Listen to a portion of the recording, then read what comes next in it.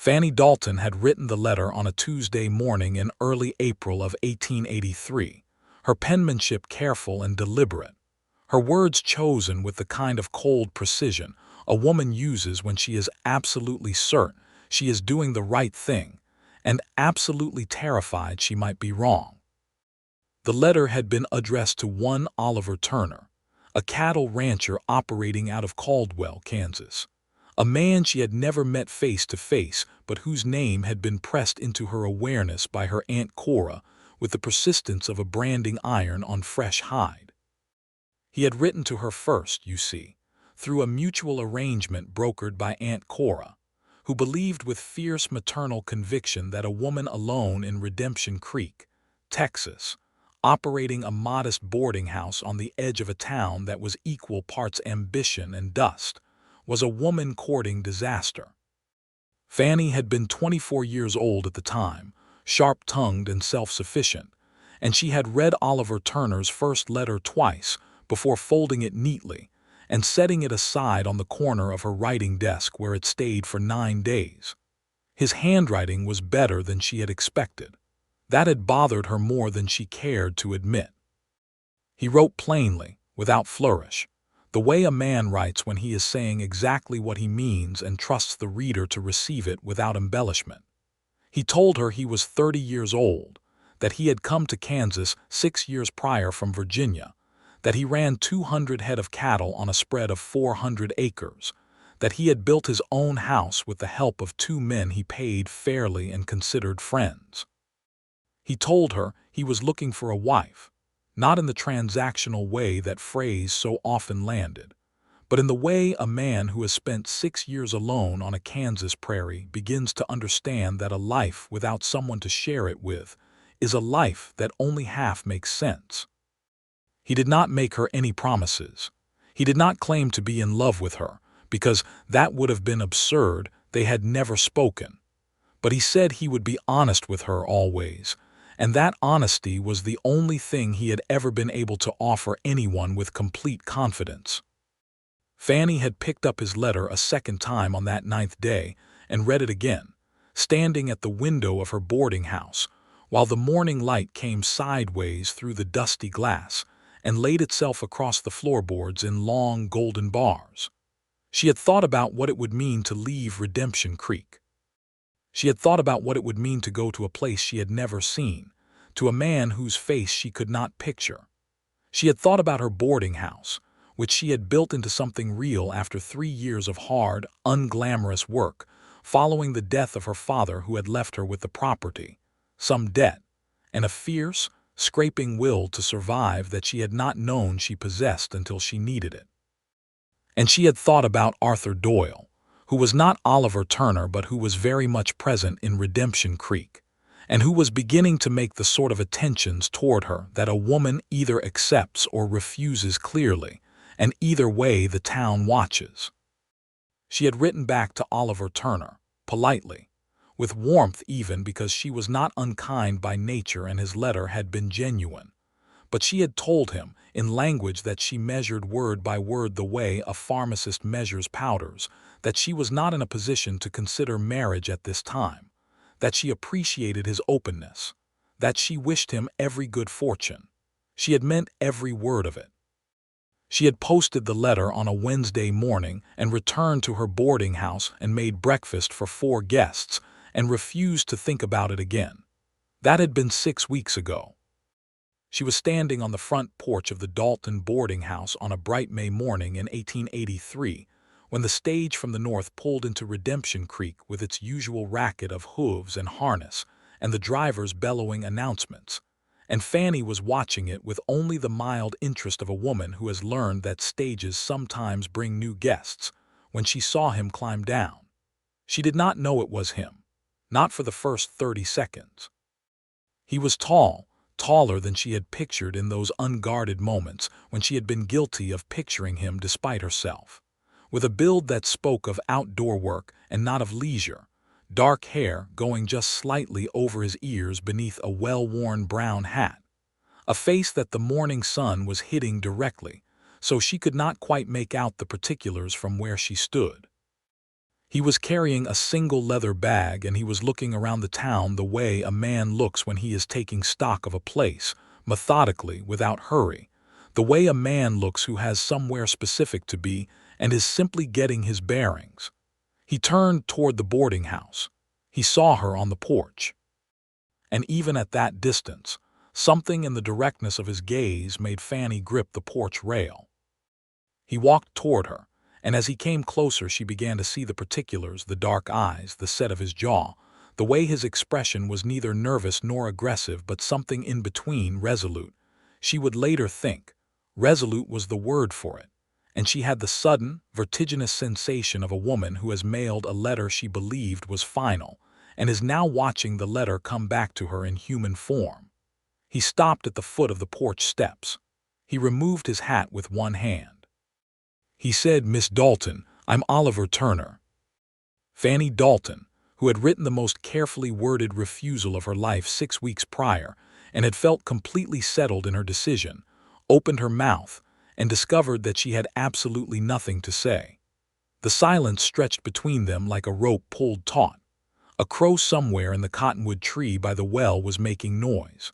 The stage behind him was still settling, the driver tossing down luggage, a woman from town calling out to someone she recognized. Oliver Turner held her gaze with quiet patience. He did not smile exactly, though there was something around the edges of his expression that was not entirely without warmth. He said, "I received your letter." Fannie found her voice somewhere in the lower region of her chest where it had retreated in shock. She said, "I am aware of that." He said, "I thought the letter deserved a response in person." She said, "Most people respond by letter." He said, "I'm not most people." He paused. "I apologize if I've overstepped. I can find other accommodations if this is unwelcome. I only wanted to meet you once. That seemed fair to both of us." And there was something about the phrase "that seemed fair to both of us" that undid her a little, because it was so exactly like something the man who had written that first letter would say, measured and honest and with no manipulation in it at all. And she realized that she had expected manipulation, had expected pressure, had expected to find that his coming in person was a form of coercion dressed up as courtesy, and instead she was finding nothing of the sort. She said, "I have a room available." She said it before she had entirely decided to. He nodded, with the kind of restraint that told her he understood that she was taking a step and was not going to make it dramatic. He said, "Thank you." She stepped back from the door and held it open, and Oliver Turner climbed the 3 porch steps and walked past her into the Dalton boarding house.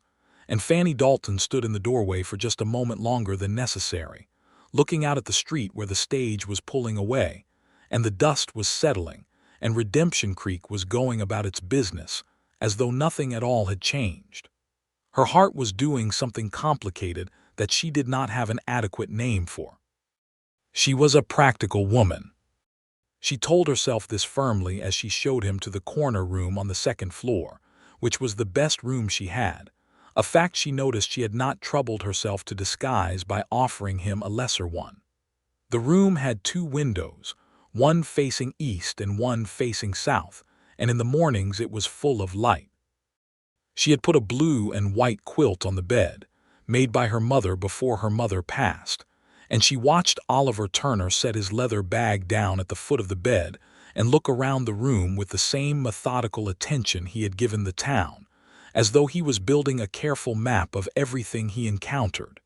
He said, "This is a fine room, Miss Dalton." She said, "Meals are at 7, 12, and 6.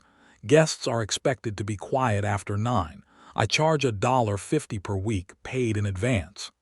He reached into his coat pocket without hesitation and produced $2.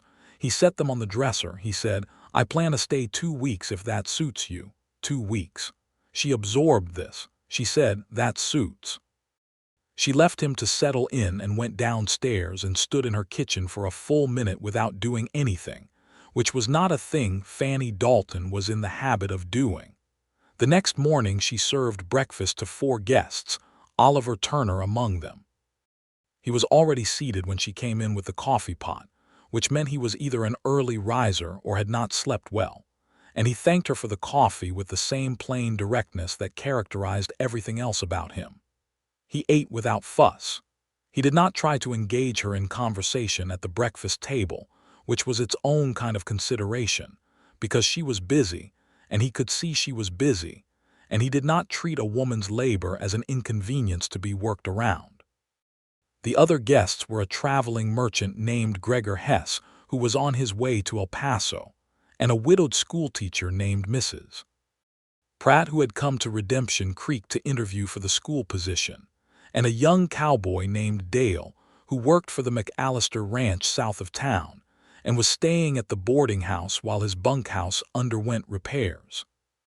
Dale was 20 years old and full of uncomplicated energy, and he decided at breakfast that Oliver Turner was the most interesting person in the room, and began asking him questions about cattle ranching in Kansas with the enthusiasm of a young man who has not yet learned that not everyone wants to be interrogated before their second cup of coffee. Oliver answered him patiently and without condescension, which Fannie noticed while pretending to arrange things on the kitchen sideboard that did not need arranging.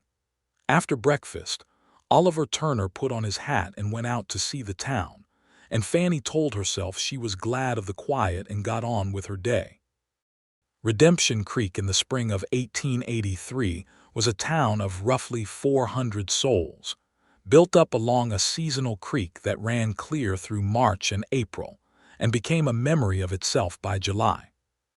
There was a main street with the usual arrangements, the general store run by a man named Finch who was honest but humorless, the barber and dentist sharing a building with admirable economy of space, the saloon called the Red Lantern, which was neither red nor had a lantern in evidence but had been called that for 15 years, and no one saw the point of changing it now, a livery stable, a small church, and the land office where a man could register a claim or argue about one.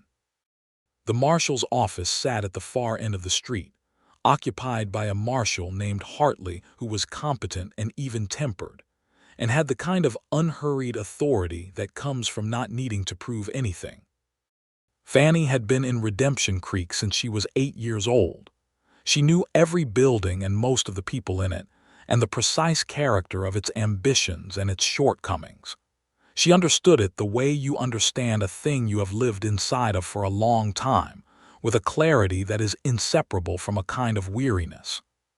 She had been building towards something. She could feel that even when she could not articulate it, building toward a life that was entirely her own architecture, and the boarding house was a major structural element of that, and she was not willing to dismantle it for a stranger, however honest his handwriting. She told herself this while she was changing the linens in the upstairs rooms that afternoon, moving from room to room with the efficiency of a woman who has made an economy of her physical labor. And when she pushed open the door of Oliver Turner's room, because he was out and the room needed airing, she found that he had left it neat in the particular way that revealed genuine habit rather than performance. His bag was properly stowed. His shaving things were organized on the dresser, with an exactness that spoke of a man accustomed to limited space and the discipline required to live well within it. On the small writing table by the east window, he had left a book, open and face down the way you leave a book when you mean to come back to it, and she glanced at the spine without picking it up.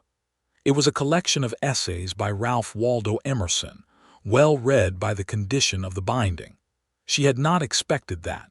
She opened the window to let the afternoon air through and went back downstairs. She was in the middle of sorting dried beans for dinner when she heard the front door and then his boots on the wooden floor, and then he appeared in the kitchen doorway. He stopped there, not entering without invitation, and said, "Excuse me, I was wondering if I might ask you something." She said, "You can ask." He said, "Is there a livery nearby? I was told in town that a man named Birch keeps horses for hire." She said, "Birch's livery is at the east end of Main Street past the barber. He has 4 horses worth riding and 2 you should not bother with. Ask for the gray or the roan." He said, "Thank you." He paused and then he said, "Do you ride?" She said, "I do." He said, "I thought you might."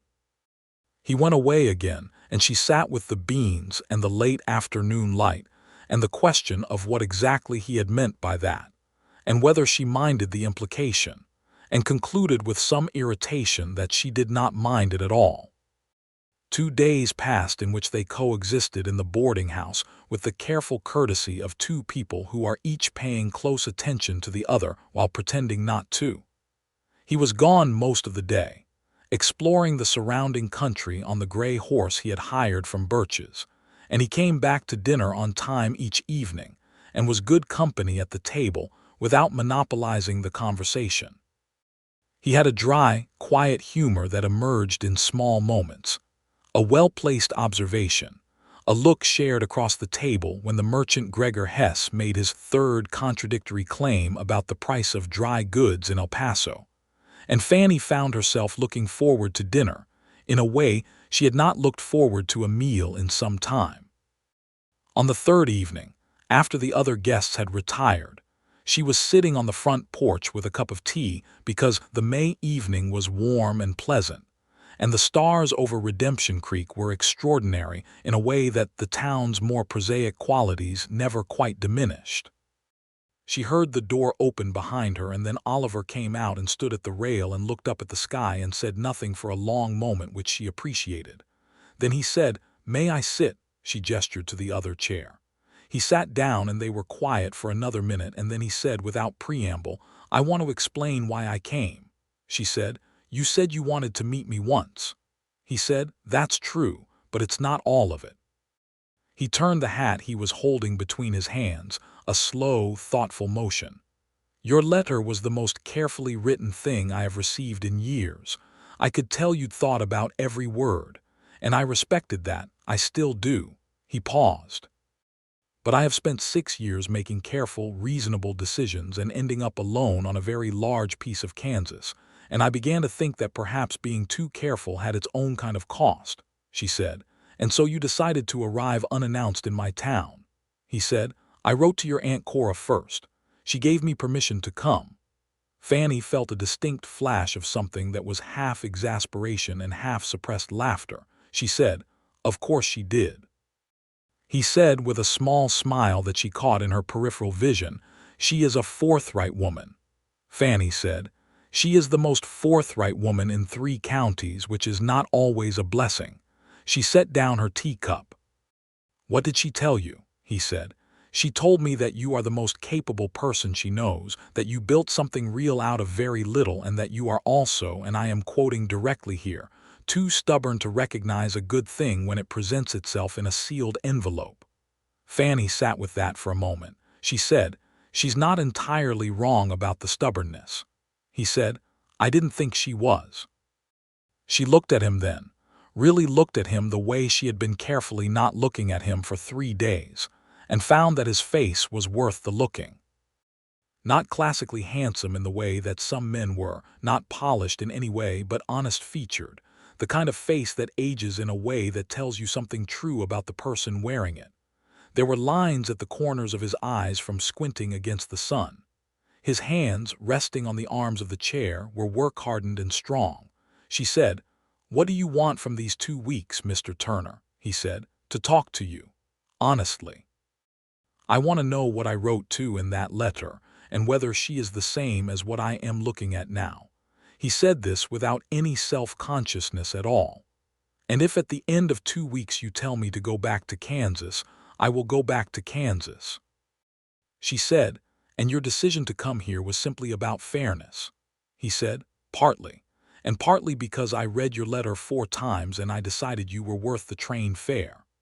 There was a quality to the way he said it, simple, direct, without romantic dramatics, that hit her somewhere unguarded, and she looked away toward the street where a lantern was burning outside the red lantern, and the sound of someone playing a fiddle drifted out into the warm night. She said, "I will not make you any promises." He said, "I haven't asked for any." She said, "I work very hard at what I have built here. I will not give it up easily." He said, "I would not expect you to." She said, "Then I suppose we will talk." He said, "That's all I'm asking." The fiddle played on from the saloon, and the stars burned bright and particular over Redemption Creek, and Fannie Dalton sat in her porch chair with her cooling tea and thought about the peculiar, inconvenient fact that Oliver Turner was exactly the kind of man she had imagined he might be, and that this complicated everything considerably. The next day brought trouble of a different kind. Arthur Doyle arrived at the boarding house at 10 in the morning, while Fanny was on the porch repairing a chair leg with a piece of rawhide, and he came with the particular swagger of a man who has been thinking about something for 3 days and has decided to do something about it. Arthur was 32, well-dressed by Redemption Creek standards, and operated the land office at the far end of the street. He had been directing attentions at Fanny for the better part of 3 months, and she had been neither accepting nor refusing them with enough clarity, mostly because she had been hoping the situation would resolve itself without the need for a direct conversation. Arthur tipped his hat and said, "Morning, Fanny. I heard you have a new guest, a man from Kansas." Fanny said, "I have several guests. The boarding house generally runs that way." Arthur came up the porch steps with his hands in his vest pockets and said, "The new fellow Turner, they're saying his name is. He was asking about you at Finch's store this morning." Fanny said, "Guests often ask about the proprietor." Arthur said, "He was asking like a man with a specific interest." Fanny set down her rawhide and looked at Arthur Doyle with the frank, clear regard of a woman who has made a decision she was not entirely aware she had made until this moment. She said, "Arthur, I think you deserve honesty, and I have been less than fully honest with you by letting a situation continue that I should have addressed sooner. I am not in a position to entertain your attentions. I should have said that plainly before now, and I am saying it plainly now." Arthur looked at her for a moment, and she could see him reassembling himself behind his expression. He said, "Because of this Turner fellow," she said, "not specifically because of him, because of me. But yes, Mr. Turner is a man I am choosing to spend some time getting to know, and that is my business and my right." Arthur Doyle was not a cruel man, but he was a proud one, and it took him several seconds to let his pride rearrange itself into something more dignified. He said, "All right, Fanny, I respect your honesty." He meant it mostly. He put his hat back on and went back down the porch steps, and she watched him walk down the street and felt the particular sad clarity that comes from doing a necessary thing too late. She was still sitting with this when Oliver came riding back from his morning out on the gray horse, coming up the street at an easy trot, and he saw her on the porch and guided the horse to the post and tied it there with a practiced motion and came up the steps and looked at her expression and said, "Is everything all right?" She said, "Yes. There was a conversation that needed having and I had it." He looked at her for a moment and did not press. He said, "I bought something at Finch's store." He held up a brown paper packet. "Coffee from Chiapas. The man Finch claims it's the best he carries. I thought, if you were willing, I could make the afternoon coffee today." She looked at the packet. She said, "You know how to make coffee," he said. "I have been making my own coffee for 6 years. I have had to become good at it out of sheer self-preservation." She said, "The kitchen is yours," and he smiled properly for the first time since he had arrived, and it was the kind of smile that reorganizes a room, and Fanny decided then and there that she was in considerably more difficulty than she had previously accounted for. He made the coffee in her kitchen while she sat at the kitchen table, and they talked, actually talked, in the easy, unhurried way that good conversation unfolds when two people are both genuinely interested, and neither one is trying to perform. And she learned that he had come to Kansas from Virginia in 1877, because his family's farm had failed in the years after the war and the land had been sold, and there had been nothing left to stay for. That he had worked for a cattle operation for 2 years before saving enough to begin his own. That he had 2 friends in Caldwell, men named Wash and Pete, who had helped him build his house and who were running the operation in his absence. That he read more than most people expected, not because he thought it made him better, but because winter on the Kansas prairie was long and the mind needed occupation. That he had a brother still in Virginia, married with 3 children, whom he missed more than he usually let himself think about. She told him things in return, which surprised her because she was not in the habit of telling people things. She told him about her father, Daniel Dalton, who had been a good man undone by bad luck and bad timing, who had loved Redemption Creek without knowing how to profit from it, who had left her the boarding house and the debt, and the absolute necessity of figuring it out on her own because there had been no one else. She told him about the first year, how she had very nearly lost the property twice, how she had learned to do repairs she had no business doing because she could not afford to hire them done. She told him about Mrs. Pratt, the schoolteacher currently staying in room 3, who was interviewing for the school position, and who Fannie hoped would get it because the children of Redemption Creek had been without a teacher for 8 months, and it showed. Oliver listened to all of this with the concentrated attention of a man who has learned that listening is not the passive thing it is sometimes treated as. He asked questions at the right moments. He did not offer solutions she had not requested.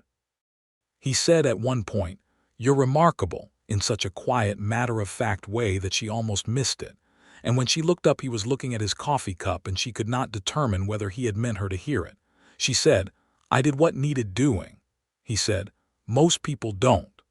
The afternoon light stretched long and golden across her kitchen floor, and the Chiapas coffee was, she admitted to herself, the best cup of coffee she had had in months. The second week of May moved forward with the slowness and clarity of something precious being spent carefully. Oliver Turner rode out each morning and came back each afternoon, and she began to learn the rhythm of him, that he was quieter in the mornings than the evenings, that he was a man who thought before he spoke and meant what he said when he said it, that he had a particular way of looking at the land, any land, with a kind of attentive appreciation that she recognized because she felt it herself about Redemption Creek, and had always assumed it was a personal eccentricity. On Sunday she went to church, as she always did, and he asked if he might accompany her, which she noted was asking rather than assuming, and she said yes. They walked to the small white church together and sat in the third pew, and Fannie was aware of every eye in the congregation making its quiet calculations. The preacher, a man named Brother Aldous who was full of fire and somewhat lacking in mercy, gave a sermon about the dangers of worldly attachment, and Fannie sat through it with her hands folded, and her expression neutral, and Oliver sat beside her with the same contained patience he brought to everything. Afterward in the churchyard, Mrs. Hannigan, who was 70 years old and had no filter whatsoever between her thoughts and her mouth, marched up to them and said, "Is this your young man, Fannie?" With a directness that made 2 nearby men take a small step sideways, Fannie said, "This is my guest, Mr. Turner, from Caldwell, Kansas." Mrs. Hannigan looked at Oliver with frank assessment and said, "You look like a man who works for a living. That's a good start." She looked back at Fannie. "Don't overthink it, girl." Then she marched away. Oliver said very quietly, "I like her very much." Fannie said, "She terrifies most people." He said, "I find her refreshing." On Monday, something happened that Fannie had not anticipated. She woke at 5 in the morning to the sound of water somewhere it should not have been, and found upon investigation that the kitchen pipe that ran from the well pump had cracked in the night, likely along an old fault she had noticed and told herself she would address and had not addressed, and water was spreading across her kitchen floor in a slow, steady, extremely unwelcome sheet. She was already in her work clothes trying to figure out how to manage it when Oliver appeared in the kitchen doorway in his shirt sleeves, apparently having heard the same sound, and surveyed the situation for approximately 3 seconds and said, "I can fix this. Do you have spare pipe fitting? And a wrench?"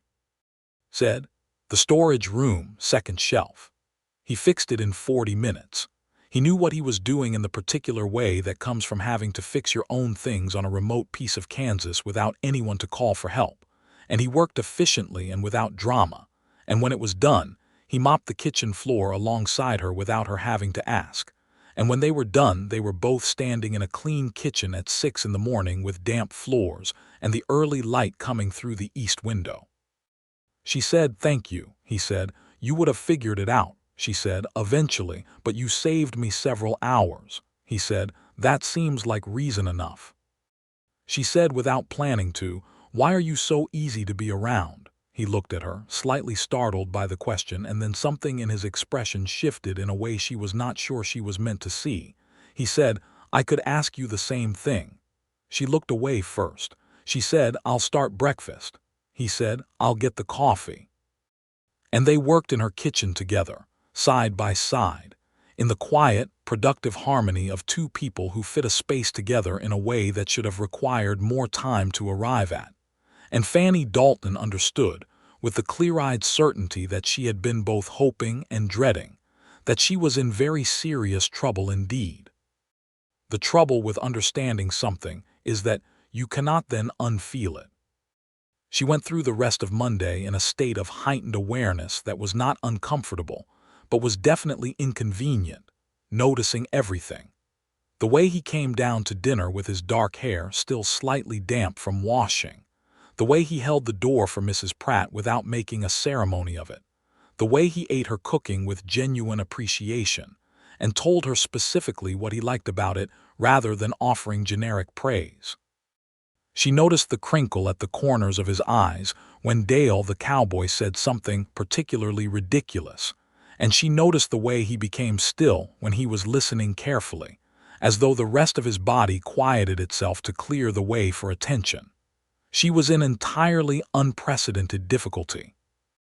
On Tuesday evening he asked her if she would like to ride out and see the creek before it ran dry, and she said yes before she had finished considering it. And she borrowed the roan from Birch, because the gray was already his, and they rode out together in the long late afternoon light along the trail that curved east of town toward where the creek made its best showing in the spring, lined with cottonwoods gone fully green by May. The water running clear and cold over limestone, and the air smelling of sage, and something floral she had never been able to identify. They rode without talking for a while, which was its own kind of luxury, to be in easy silence with another person. She had forgotten what that felt like, or perhaps had never really known it, because the easy silences she had known before had always contained some slight pressure, some undercurrent of obligation, but this was simply two people on horses in the early evening of a beautiful Texas spring. He said, "It's different than Kansas." She said, "Different how?" He said, "Kansas is flatter. More sky, less shadow. This has," he looked around at the limestone bluffs rising on the far side of the creek, "more texture." She said, "I've never been to Kansas." He said, "You might like it. Or you might find it too open. Some people do." She said, "What do you like about it?" He was quiet for a moment, considering. He said, "The sense of space. The feeling that things are possible because there is room for them. In a crowded place, possibility feels managed. Out there it feels wide open." He paused. "That probably sounds vague." She said, "No, I understand it." She looked at the creek below them. "I feel something similar about this country. Even on the hard days, there is something about the scale of it that reminds you that your problems are not the entire world." He said, "Yes." He said it the way you say yes when someone has articulated a thing you have not quite managed to put words to. Exactly that. They dismounted at the creek bank and let the horses drink and stood in the dappled shade of the cottonwoods, and the water made its particular, patient sound over the stones, and Fannie was standing close enough to him that she was aware of the warmth of his presence beside her. She said, "Tell me something you would not tell most people." He looked at her. He said, "Why?" She said, "Because you already know things about me that most people don't, and it seems fair that it goes both ways." He accepted this. He looked at the water for a moment and then said, "I almost didn't come here. I stood on the platform in Caldwell with the ticket in my hand for a good 10 minutes, telling myself it was presumptuous and unreasonable, and that a man of any dignity accepts a refusal gracefully and moves on." He paused. "And then I thought about your letter and the amount of thought that went into it, and I thought, she is someone who thinks carefully about things, and careful thinkers sometimes overthink themselves away from something they actually want." She said, "And you believed that about me." He said, "I thought it was possible. I wasn't certain." He turned to look at her directly. I'm still not certain, for that matter. I don't know what you want, she said. Neither do I. It came out with more honesty than she intended, raw-edged, without the measured quality she usually brought to admissions. That is the most honest thing I have said to anyone in a long time, he said quietly. Then we're both uncertain. That seems like a reasonable place to be, she said. Most men are not comfortable with uncertainty, he said. I've spent 6 years being comfortable with it. You get used to it. He was still looking at her, and his expression had changed, had lost the careful neutrality and become something more open, more deliberate, and she felt the shift as physically as if the temperature had changed. He said, "What I am certain about is that I would like to stay in Redemption Creek longer than 2 weeks if you would permit it," she said. "On what grounds?" he said. "On the grounds that 2 weeks is not enough time," she said. "Not enough time for what?" He said, "To know whether what I suspect is worth knowing." She looked at him for a long moment. The creek ran on. A bird she could not identify called from somewhere in the cottonwoods, once clearly, then was silent. She said, "I suspect it is." And then she was extremely embarrassed by how forthright that was, and she walked back toward the horses with deliberate purpose, and she heard him follow, and she thought she heard the ghost of a smile in the sound of his footsteps, but she did not look back to verify it. He stayed. 3 weeks became 4. The town of Redemption Creek absorbed this development with the alert interest of a small community that has nothing more entertaining to discuss, and opinions were distributed freely and publicly. Mrs. Hannigan approved. Gregor Hess, the merchant, had departed on his way to El Paso, but left behind the observation that the Kansas fellow looked at Fannie Dalton the way a man looks at something he is trying to figure out how to carry home without breaking it, which, reported back to Fannie by Mrs. Pratt, who had decided to stay in Redemption Creek having been offered the teaching position, made her laugh for the first time in longer than she could account for. Mrs. Pratt was 31, recently widowed, sharp and kind in equal measure, and she and Fannie had been developing a friendship of the type that takes root quickly when two women recognize each other's quality. It was Mrs. Pratt who said to Fannie one morning, in the frank way of a woman who has learned that life is not infinitely long, "He's a good man, Fannie. That's rarer than it has any right to be." Fannie said, "I know that," Mrs. Pratt said. "Then what is stopping you?" Fannie said, "He lives in Kansas." Mrs. Pratt said, "People move, Fannie." Fannie said, "I built this." Mrs. Pratt said with the gentle precision of a schoolteacher, "Yes, and you built it so well that it could be left in good hands. If there were good hands willing to take it." Fannie had no immediate answer to this, which was itself an answer of a kind. The question of the boarding house had been the central argument in the internal debate she had been conducting with herself since the first morning Oliver Turner had walked up the porch steps. It was not a small thing. She had built it from nothing, from grief and debt and a fierce, scraping refusal to be beaten, and it was entirely hers in a way that very few things in a woman's life in 1883 were entirely hers. To leave it was not a simple matter of geography or preference. It was a statement about what her years of work were worth, and whether she was willing to carry that value forward or leave it behind. But she had also, in the deepest and most honest chamber of herself, begun to understand that Oliver Turner was not asking her to abandon what she had built, but to decide whether she was building it for its own sake or for the life she was trying to create inside it, and whether that life might be possible in more than one location. She was sitting with this on the porch one evening when he came and sat in the other chair and said, without preliminary, "I want to say something, and I want to say it plainly because I think that's what we do." She said, "All right." He said, "I am in love with you."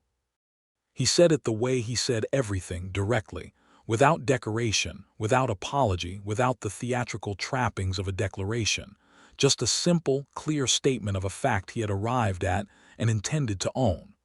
"I want you to know that.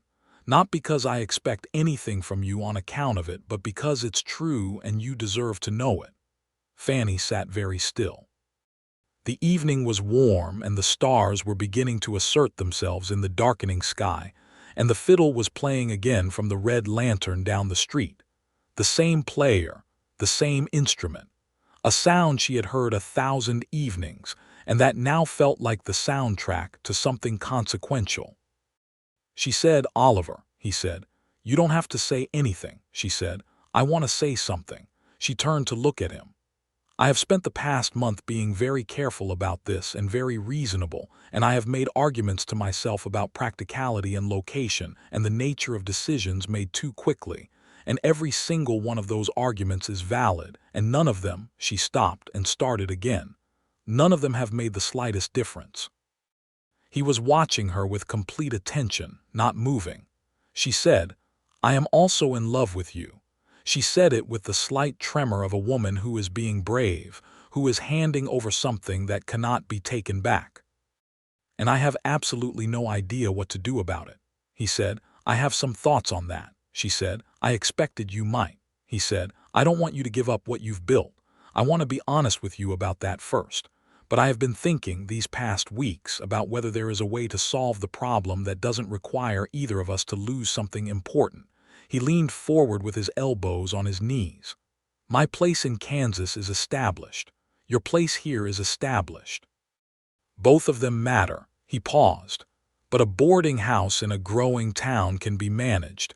It can be entrusted to someone capable, and Kansas isn't the moon. Trains run between here and Caldwell now," she said. "You've been thinking about this practically." He said, "I think about things I care about practically. It's how I work." She said, "The boarding house is my name, my father's name." He said, "The Dalton boarding house will still be the Dalton boarding house. Your name is your name, Fannie. It doesn't change because you do." She looked at him for a long moment. She said, "You are the most infuriatingly reasonable man I have ever encountered." He said, "Is that a problem?" She said, "It makes it very difficult to maintain objections." He said, with that quiet, reorganizing smile, "That was somewhat the idea." She reached over and took his hand, which she had not planned to do, and he looked down at their joined hands and then at her face, and something in his expression went very still and very open, the way a wide landscape looks when the light changes and suddenly everything is clear in a new direction. He said, "Would you marry me, Fannie Dalton?" She said. "I wrote you a letter telling you not to come." He said, "I know, I kept it." He said this simply, "It is in my bag upstairs." She said, "Why did you keep it?" He said, "Because it was the first thing you ever gave me." She sat with that for a moment.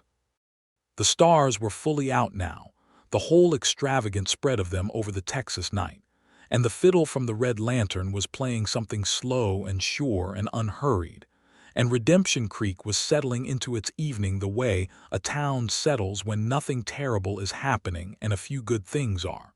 She said, "Yes." She said it clearly, without equivocation, with all the deliberate, clear-eyed certainty of a woman who has thought about something from every angle and arrived, finally, completely, at the truth of it. "Yes, I will marry you, Oliver Turner." He brought her hand up and pressed his lips to her knuckles with a gentleness that was not at all inconsistent with the strength of him, and she felt it everywhere. And she thought, obscurely, about the letter she had written 6 weeks ago on a Tuesday morning with such cold precision, and she thought, how very fortunate that he was not most people. They told Mrs. Pratt the next morning, and Mrs. Pratt cried briefly and immediately offered to manage the boarding house on a proprietor's fee arrangement, which was so perfectly practical and so perfectly timed that Fannie stared at her for a moment and said, "Have you been planning this?" Mrs. Pratt said, "I have been hoping for it." Which is different. She dabbed her eyes with her handkerchief. "I've been wanting a permanent place in this town since I arrived, and this is the finest property on the main road, and I will run it with the same care you have. And if you come back to visit, you will find everything exactly as you left it, only perhaps the curtains in room 2 replaced because they are past saving." Fannie said, "They are past saving." She felt something loosen in her chest, some tight thing she had been carrying, and what surprised her was that the loosening felt like relief rather than loss. They told Dale the cowboy over breakfast, and he reacted with the wholehearted enthusiasm of a 20-year-old, who has become genuinely fond of both people involved and pumped Oliver's hand vigorously, and told Fannie she was the finest woman in Redemption Creek, which was heartfelt if somewhat broadly defined. They went to Marshal Hartley's office that afternoon, not because a marshal was required for an engagement, but because Oliver thought it was the right thing to do to inform the relevant authorities that he was intending to stay through a wedding and depart with a wife, which struck Marshal Hartley as an unusually considerate and law-abiding approach to a personal matter, and he shook Oliver's hand and told Fannie she had done well for herself, which was the highest compliment he typically offered anyone. They also visited Mrs. Hannigan, because Fannie felt she owed the old woman the news directly, given that she had essentially predicted it from the beginning. Mrs. Hannigan received the information with complete equanimity, as though the outcome had never been in question, and said, "Finally," with a brevity that encompassed several things at once, and then she pressed a jar of her preserved peaches into Fannie's hands and told her to eat well on the journey north. The wedding was held on a Saturday in early June, under the cottonwood tree in the churchyard, because the day was beautiful and the church was small and half the town wanted to attend, which they did. Brother Aldous performed the ceremony and managed, on this occasion, to stay entirely in the register of joy rather than warning, which Fannie appreciated. She wore her best dress, which was blue, the color of a late afternoon sky. Oliver wore his good coat and a clean white shirt, and looked at her the whole time she was walking toward him with an expression so unguarded and complete that Mrs. Pratt, standing to the side, began quietly crying again. He put a plain gold ring on her finger. She had told him plain was what she wanted, and he had not tried to talk her into anything else. It fit perfectly, which he told her later was the result of discreet information obtained from Aunt Cora, who had apparently known her ring size and provided it with suspicious readiness when asked. Aunt Cora herself had not been able to make the journey from San Antonio in time, but she had sent a letter that arrived the day before the wedding, addressed to them both, which read in full, "I knew what I was doing when I gave him your address. You are both too sensible to let a good thing pass. Congratulations, my darling girl. Bring him to visit soon so I can meet the man in person who managed what no one else could manage. All my love, Cora." Fannie read it twice and felt the particular warmth of being known by someone who loves you. They spent their wedding night at the boarding house, in Fannie's room, which was larger and better furnished than the corner room she had been renting him, and the town had the good grace not to make any particular noise about it, and the stars over Redemption Creek were magnificent through the open window, and the night was warm, and the cottonwoods moved in a small breeze, and Fannie Dalton, who had written a letter refusing this man with careful, deliberate precision 6 weeks ago, lay in the dark beside her husband and felt something she had not felt in so long that it took her a moment to identify it. She felt safe. Not in the diminished sense of protection, not in the way of someone who has surrendered autonomy, but safe in the deeper sense, the sense of being known and wanted and seen fully and chosen entirely, and it was so unfamiliar and so profound that she put her hand over her own heart for a moment in the dark just to feel it. Oliver said quietly from beside her, "What are you thinking?" she said. "That I almost sent you away with a letter." He said, "You did send me away with a letter." She said, "You know what I mean." He said, "I do." A pause. "I'm glad I came." She said, "I am considerably glad that you came." He found her hand in the dark and held it, and that was all, and it was entirely sufficient. They left Redemption Creek 4 days later, after Fannie had spent those days handing over the boarding house to Mrs. Pratt with the thoroughness of a woman who has run something properly and wants it continued properly. She went through every room, every account, every supply arrangement, every particular quirk of the plumbing and the cook stove and the neighbor's dog, who was not aggressive but required a firm word about the garden. Mrs. Pratt absorbed all of it with the attentive competence of a woman who has been paying attention for weeks, which she had. On the last morning, Fannie stood in the kitchen of the boarding house alone for a few minutes, while Oliver saw to their bags and the horses they had arranged to take them to the nearest rail point. She stood in the kitchen where she had worked so many mornings, and the light came through the east window the way it always did, and she put her hand on the kitchen table, the solid oak table her father had made, and she felt the grain of the wood under her palm, and she was not sad exactly. But she was something moved, perhaps, by the weight of it, by the distance between the woman who had stood in this kitchen 3 years ago alone with debt and grief, and the woman who was standing here now.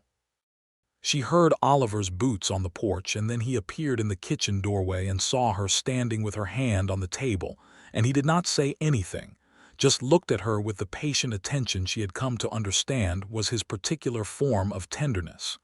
She lifted her hand from the table. She said, "All right." He nodded. They walked out together. The journey north was 3 days by horse to the rail point at Coleman, and then by train through the long, changing landscape of central Texas and Oklahoma territory and into Kansas, which she had never seen and which proved to be exactly as he had described it, and also not at all what she had imagined, which is what the best places do. The sky was extraordinary. She had thought the Texas sky was large, but this was different. An uninterrupted bowl of blue over a flat, golden-green expanse that went in every direction to the limits of vision, and she stood on the platform at Caldwell and looked at it for a long moment before she could move. He was watching her watch the sky. He said, "Well." She said, "I understand why you came back to it." He said, "I hoped you might." They rode out to the ranch in a wagon driven by his friend Wash, who was a lean, weathered man of about 40 with a face full of humor and a handshake that Fannie had to set her full strength against to match. Wash drove the wagon and delivered a comprehensive assessment of the state of the ranch during Oliver's absence, which had apparently been managed capably in his absence, and also an assessment of various local developments, the expansion of a neighboring operation, a dispute over water rights that had been settled peacefully, the arrival of a new preacher in Caldwell who was considerably less fire and brimstone than his predecessor, and the fact that Pete had developed a strong opinion about the relative merits of 2 different approaches to breaking horses, which Wash hoped Oliver would arbitrate, because it had been going on for 3 weeks and was wearing on everyone. Oliver said, "I'll hear both sides." Wash glanced at Fannie on the wagon seat. He said, "You managed to bring her home, then?" Oliver said, "She managed to let me." Wash nodded at Fannie with appreciation. He said, "He talked about you from the time he got your letter to the time he left, and the man doesn't talk about much." Fannie said, "That is both illuminating and slightly alarming." Wash said, "It was respectful talk." He said it with emphasis, as if clarifying a potential ambiguity. "The kind that tells you a man has been doing some serious thinking." Fannie looked at Oliver, who was looking at the horizon with an expression of profound, studied innocence. She said, "I see." The ranch house appeared in the distance as they came over a gentle rise, and it was not what she had expected, which was not a criticism but a surprise in the best sense. She had imagined something rough and provisional, something built by a man in a hurry to have 4 walls and a roof.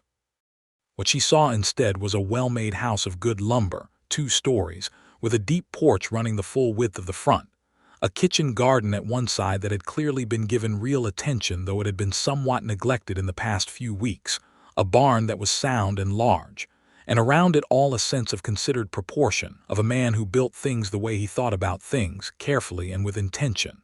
She said, "You built this." He said, "With Wash and Pete. Over 2 summers." He paused. "I wanted it to be right," she said. "It is right." She said it quietly and meant it completely. They pulled up to the porch, and she climbed down from the wagon and walked up the porch steps and through the front door of her new home. And it was spacious and clean and full of the particular smell of a place that has been well kept, wood and leather, and something faintly of the prairie outside. And the afternoon light came through the west windows and lay across the wooden floor in the same long bars that the morning light had laid across the floors of her boarding house in Redemption Creek. And she stood in it for a moment and felt, with complete surprise, as though she had arrived somewhere rather than departed from it. She turned around. Oliver was in the doorway watching her. She said, "Show me the kitchen." He showed her the kitchen, which was large and practical, and had a good cookstove and a pantry that he had stocked before departing for Texas with a thoroughness that made her smile. He showed her the rest of the house, room by room, with the pride of a man who loves something he has made and is somewhat shy about showing that he loves it. He showed her the bedroom, which had 2 windows and a good bed, and a rag rug on the floor that he admitted had been made for him by the wife of a neighboring rancher as a housewarming gift several years ago, and which he had kept because it was well made, and Fannie ran her foot over it and said it was very fine indeed.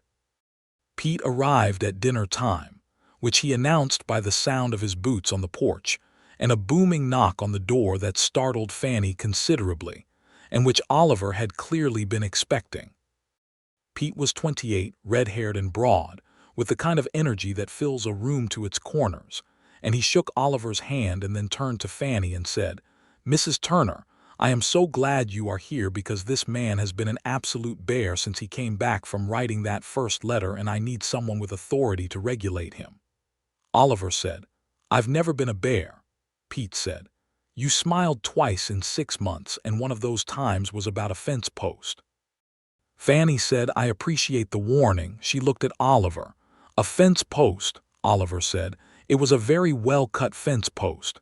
She said, "I see that I have married a man of specific appreciations." Wash said from the doorway where he had followed Pete in, "She's going to do fine here." They had dinner together, the 4 of them, around the big kitchen table, and it was loud and genuine and full of laughter, which was something the ranch house had apparently been short of, based on the way Wash and Pete seemed to be making up for lost time.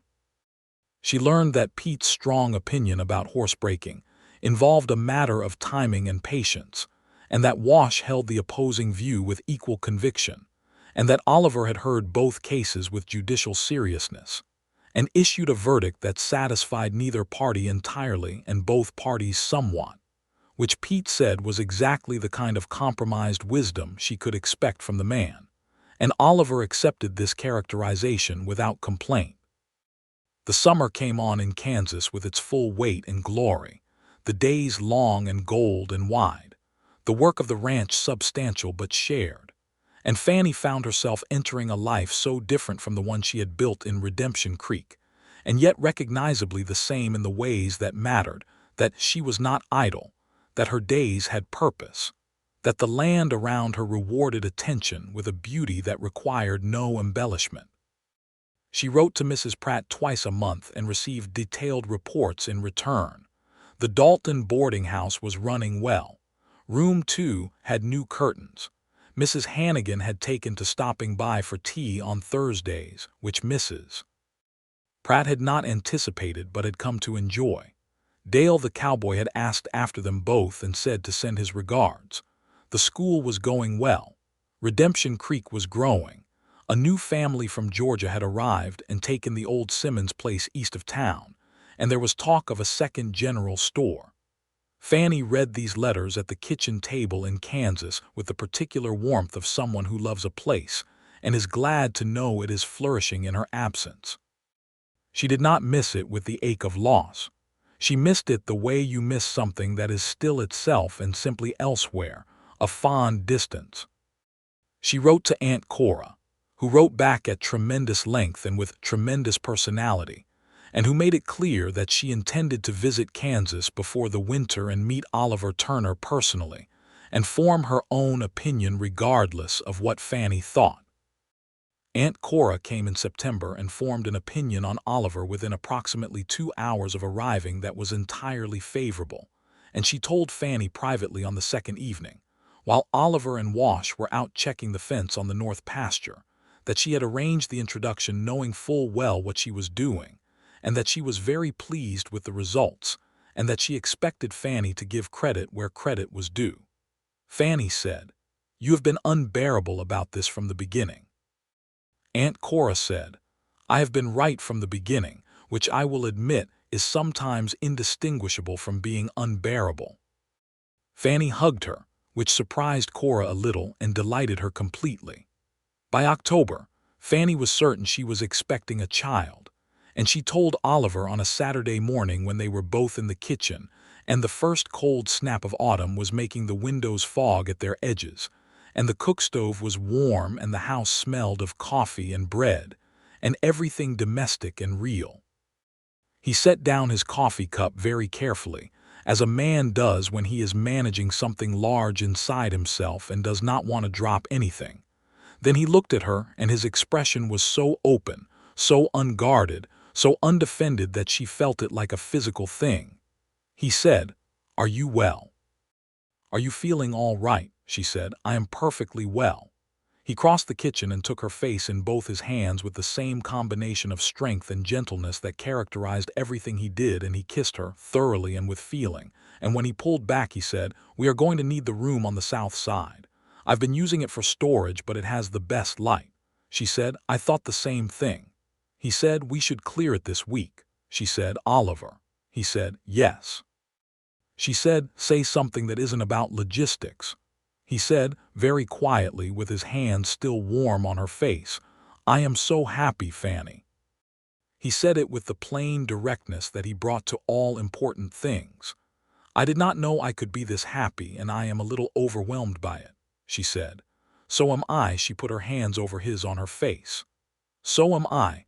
The winter in Kansas was indeed as long as he had told her it was, and as demanding, but she found she did not mind it the way she had feared she might. The house was sound and warm, and the days had a quality of necessary togetherness that she had not anticipated. The cold outside requiring the warmth inside, the early dark bringing the four of them together in the evenings, Wash and Pete often staying late over dinner because the bunkhouse was colder and the company was better.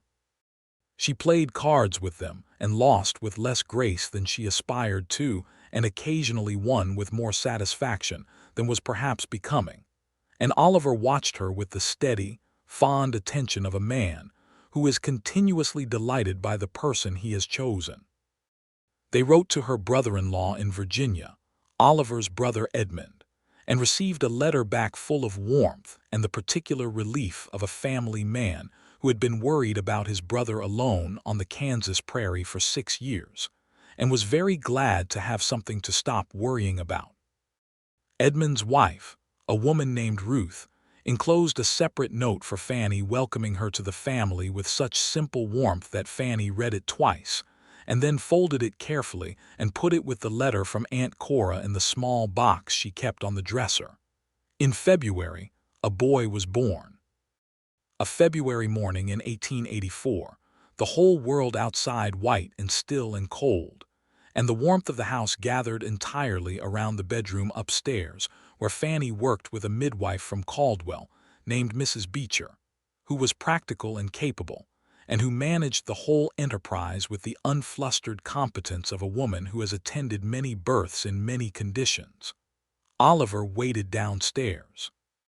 Wash and Pete had been informed by Fannie, firmly, 3 weeks earlier that they were to remain in the bunkhouse until called for, and they had complied with what she suspected was imperfect adherence, but no one investigated too closely. The boy came in the mid-morning, healthy and loud with his first announcement of himself, and Mrs. Beecher brought him to Fannie cleaned and wrapped in the flannel she had prepared, and Fannie held him and looked at him, dark-haired, red-faced, indignantly alive, and felt something so large and so specific she could not have described it to anyone who had not felt it themselves. Oliver came up when called and stopped in the doorway and looked at his wife in the bed and his son in her arms, and he crossed the room and sat on the edge of the bed and took the boy from her carefully, the way a man handles something he cannot imagine losing, and he looked at him for a very long time without saying anything. Then he looked at Fannie, and she saw that his eyes were bright, and he said, "He's here." He said it the way you say a thing that has been a thought for so long it seems improbable to find it has become real. She said, "He is very much here." He said, "What shall we call him?" They had discussed names in the abstract and reached no firm conclusion. She looked at her son and said, "Daniel." She said it with the quiet weight of a name that means something. "For my father," Oliver said without hesitation. "Daniel it is." He looked at the boy. "Hello, Daniel Turner." Daniel Turner expressed no particular opinion on the matter but continued to exist with great vigor, which they took as endorsement enough. They sent letters to everyone. Aunt Cora's response was immediate and ecstatic. Mrs. Pratt wrote back with wonderful news of her own. She had become quietly friendly over the winter months with a widower in Redemption Creek, a carpenter named Samuel, and was thinking carefully about her future, but wanted Fannie to know that the boarding house would always be well kept regardless of what happened. Edmund and Ruth Turner in Virginia sent a gift by post, a christening set that had been in the Turner family for 2 generations, and Oliver held it when it arrived with an expression of private sentiment that he did not entirely conceal. Wash and Pete, when admitted to meet Daniel, behaved with the careful reverence of men who are not accustomed to handling anything so small and so consequential. Pete held the baby for approximately 90 seconds before handing him back to Oliver with enormous relief, and saying he was a fine boy and very loud, and he hoped he would grow into the lungs. Wash simply sat across the room and watched Oliver holding his son with the private, settled expression of a man who has been present for the building of something, and is glad to see it become fully what it was always going to be. Spring came to Kansas again the following year with its wide, generous light, and the sound of cattle on the pastures, and the smell of the land coming back to itself after winter. Fannie planted the kitchen garden with the seriousness she brought to all projects she cared about, and Oliver helped on Sunday afternoons, and Daniel, who was learning to pull himself upright against furniture with furious determination, and was clearly going to be walking within weeks, sat in the grass at the edge of the garden in a patch of sun, and observed the proceedings with the alert, comprehensive attention of a child who is storing everything. She wrote to Mrs. Pratt and learned that Mrs. Pratt had indeed married the carpenter Samuel, and that the boarding house had been taken over on a full proprietorship by a woman named Adelaide Cork, who had been Mrs. Pratt's assistant for 6 months and was capable and hardworking, and very committed to maintaining the Dalton name on the sign, which she had made a condition of her taking it on. Fannie read this and felt a warmth in her chest that was not loss but legacy. She wrote back to Mrs. Pratt and told her to give the boarding house her blessing from Fannie Dalton Turner, and to tell Adelaide Cork that she had the full confidence of the original proprietor, and that the curtains in room 2 had needed replacing for longer than anyone was willing to admit. She and Oliver rode out to the creek on a May evening in 1885, 2 years to the month since he had first climbed down from the stage in Redemption Creek, and stood at the foot of her porch steps with his hat in his hand. Daniel was at the ranch with Wash, who had proven to be a person of unexpected patience with small children, and whom Daniel had developed a devoted attachment to that Wash received with a mixture of embarrassment and great pleasure. It was a warm evening, the sky doing its Kansas thing of being simply extraordinary, the grass green and tall along the creek that ran through the east pasture. They dismounted and let the horses graze and stood at the water's edge in the late light, and Oliver put his arm around her and she leaned into him the way she had been doing for 2 years now, easily, without thinking about it, and the water went over the stones with its patient sound. He said, 2 years, she said. Are you satisfied? He said. Are you? He asked it genuinely with the same honest directness that had characterized him from the beginning. She looked at the water and at the sky, and at the long, wide, gold-and-green landscape of her Kansas life, and she thought about the letter she had written on a Tuesday morning in April of 1883 with such careful precision, and the man who had received it and read it 4 times and stood on a train platform with a ticket in his hand, and decided that some things deserved a personal response. She said, I am more than satisfied. She turned to look at him. I am exactly where I am supposed to be. He said, I knew that when I bought the train ticket. She said, you did not know that. he said. I suspected it strongly, she said. That is a significant distinction, he said. It is. And the distinction is entirely in your favor because you were the one who was right without knowing it yet, and I was the one who had to come and show you. She said, you did not show me anything. I arrived at my own conclusions independently. He said with the quiet smile she had first seen on the porch of her boarding house and had never quite gotten used to. Of course you did, she said. Oliver Turner, he said. Fannie Turner, she said. I am very glad you are not most people. He pulled her closer and pressed his lips to the top of her head, and they stood at the water's edge in the evening light, and the horses grazed nearby, and somewhere over the rise a meadowlark was singing with the clear, specific joy that meadowlarks bring to a Kansas evening, as though they have been appointed to the task, and take it seriously. She thought about the letter in his bag, the one she had written telling him not to come, the one he had kept because it was the first thing she had ever given him. She thought she would ask him, one of these days, to let her read it again. She was curious whether the woman who wrote it seemed as certain as she had felt at the time, or whether, reading it now from this distance, some other truth had been hiding in the careful lines all along, the way a person's real feelings sometimes live between the words they choose and the words they set aside. She thought it was probably the latter. She thought she had always been halfway in love with the idea of him, from the moment she had read his honest, plain, entirely unmanipulative first letter, and set it on the corner of her desk where it stayed for 9 days without being put away. She had not been ready. That was the truth of it. She had not been ready, and she had not known she was not ready, and he had come in person and stood at the foot of her porch steps and given her the space to become ready, and she had become it. She said, I think I was ready before I knew I was ready. He said, I know, she said. How did you know? He said, because you didn't really argue. You said I could have a room. A woman who truly wanted me gone would have sent me back to the stage. She considered this. She said, that is an insufferably accurate observation. He said, I am occasionally accurate about important things. She said, occasionally. He laughed, which was one of the finest sounds she had encountered, and she felt it against her since she was leaning into him, felt the warmth and the ease of it, the way the laughter of someone you love is different from all other laughter, more real, more particular, more entirely its own thing. The meadowlark went on singing. The horses moved through the grass. The Kansas evening held them in its wide, generous light, and the creek ran over the stones with its quiet, patient permanence. The same sound water has made over stone since before any of this mattered and will make long after, indifferent to human events in the way that only greatly beautiful things can be indifferent, which is to say not cruelly but simply completely, offering presence without commentary, which is perhaps what the best things do.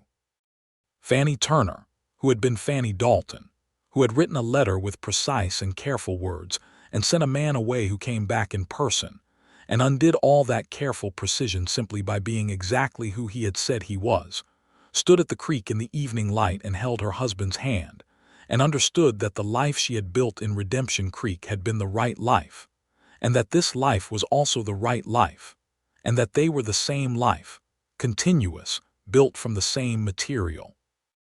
The same fierce particular desire to make something real and lasting out of whatever materials the world provides. She thought about Daniel, home with Wash, pulling himself upright against furniture with furious determination. She thought about what he would be pulling himself upright against in 10 years, in 20, what furniture she and Oliver would need to build to give him something solid to push against when he needed to find his feet. She thought about Redemption Creek and the boarding house with Adelaide Cork running it and the Dalton name on the sign. She thought about Mrs. Pratt, now Mrs. Samuel whatever his last name was, teaching school on the main road. She thought about Aunt Cora in San Antonio, who had known what she was doing when she provided Oliver Turner with Fannie's address, who had always known her niece's quality better than her niece sometimes gave herself credit for. She thought about a Tuesday morning in April 1883, and a letter written with cold precision and complete certainty and sent with confidence, and she thought about everything that certainty had not accounted for, and she was, standing in the Kansas evening with her husband's arm around her, profoundly, wholly, completely glad of the accounting. Oliver said quietly, "We should head back.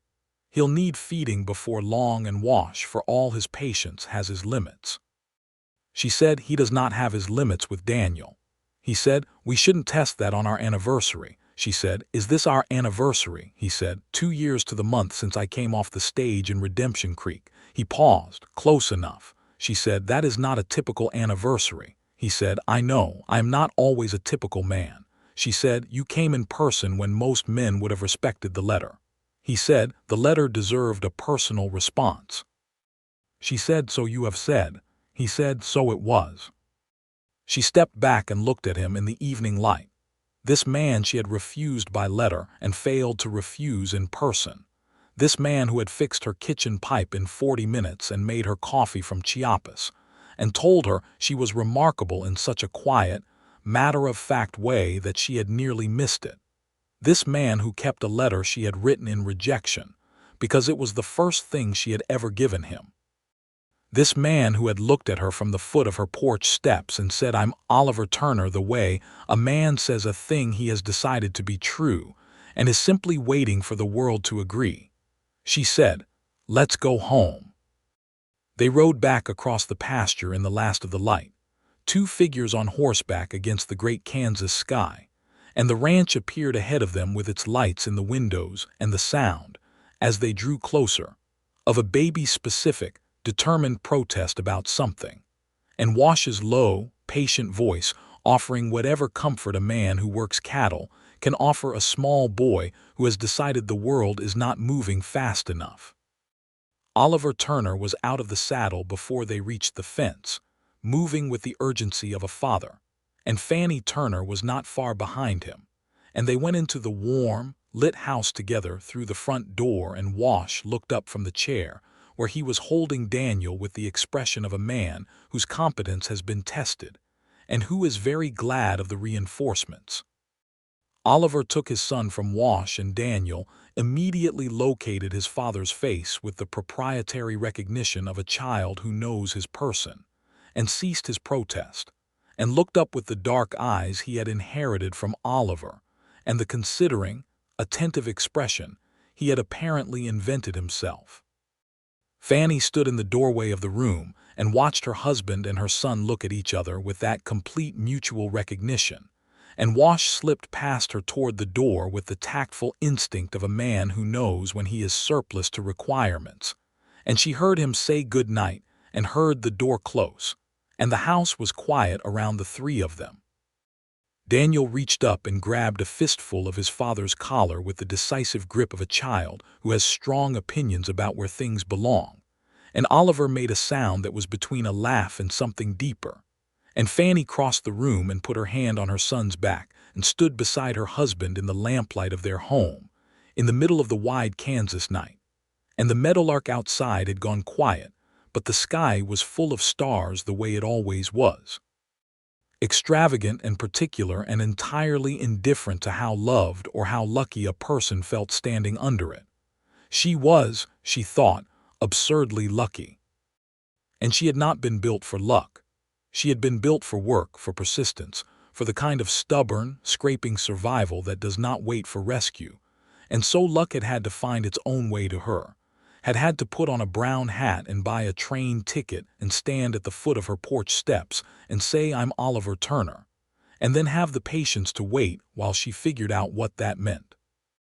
She was grateful in the deep way, the permanent way, the way that stays and doesn't spend itself in a single feeling, but becomes instead a quality of daily life, a warmth that underlies the ordinary hours, the coffee in the mornings, the work in the afternoons, the evenings on the porch in summer and by the fire in winter, the sound of Daniel in the room down the hall learning the world room by room and season by season and finding it, apparently, acceptable. Some things are worth the train fare. Some things deserve a personal response. Some letters, however carefully written, are written by a woman who is not quite wrong but not quite finished yet, and the answer to those letters is not more letters but presence, simply Honestly, without dramatic gestures or unreasonable expectations. The answer is a man who takes off his hat and says your name and gives you room to arrive at the truth you were always going to arrive at. Fannie Turner, who had been Fannie Dalton, had arrived. The arriving had been entirely hers. The space for it had been his. It had been, she thought, exactly fair.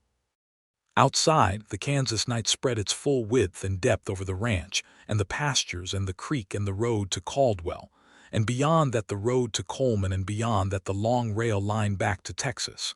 And Redemption Creek was out there somewhere in the dark, doing what small towns do, living, changing slowly, keeping the name on the sign.